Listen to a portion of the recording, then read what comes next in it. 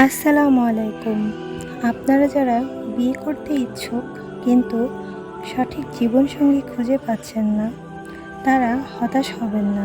আল্লাহ তাআলা আপনার জন্য একজন জীবনসঙ্গী লিখে রেখেছেন। এখন আপনি বলবেন, আমি তো অনেক খুঁজেছি, তাহলে পাচ্ছি না কেন? আর আমার বিয়ে কবে হবে? কিছু মানুষ তার জীবনসঙ্গী খুব সহজেই পেয়ে যায়, আবার কিছু মানুষকে আল্লাহ তাআলা পরীক্ষা নেন, ধৈর্যের পরীক্ষা, পবিত্রতার পরীক্ষা। আপনাকে আল্লাহ তাআলা ভালোবাসেন, তাই আপনাকে একজন উত্তম জীবনসঙ্গী দিতে চান।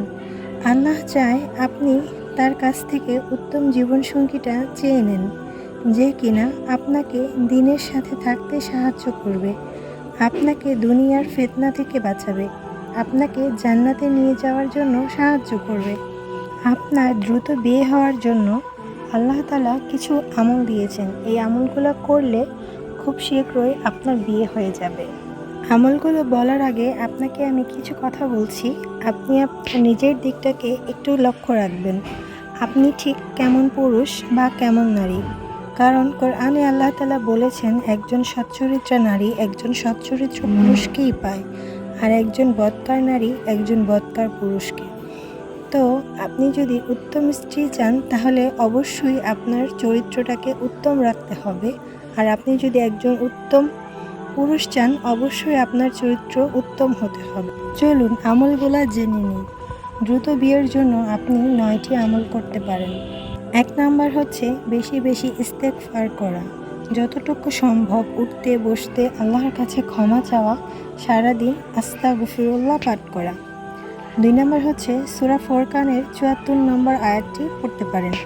প্রতি ফরজ নামাজের পর যতবার খুশি পড়তে পারেন, এছাড়া সুযোগ পেলেও পড়তে হবে। 3 নাম্বার হচ্ছে সূরা কাসাসের 24 নম্বর আয়াতে একটা দোয়া আছে, যেই দোয়াটি মুসা আলাইহিস সালামও পাঠ করেছিলেন।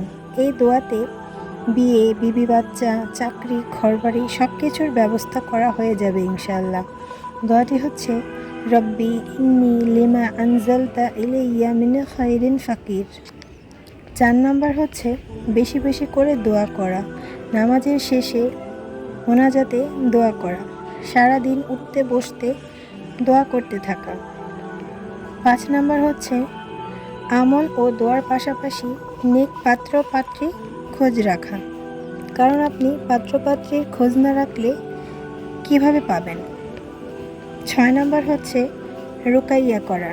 অনেক সময় জাদুর কারণে বিয়ে আটকে থাকে, সেই জন্য রুকাইয়া করাটা জরুরি, তাই রুকাইয়াটা করে নেবেন। 7 নাম্বার নিয়মিত দান সদকা করা। দান সদকা করলে বিপদ আপদ কেটে যায়, আপনার বিয়ে না হওয়াটাও একটা বিপদের সমতুল্য, তাই বেশি বেশি দান সদকা করুন। 8 নাম্বার অন্য মুসলিম ভাই বোনদের জন্য দোয়া করবেন।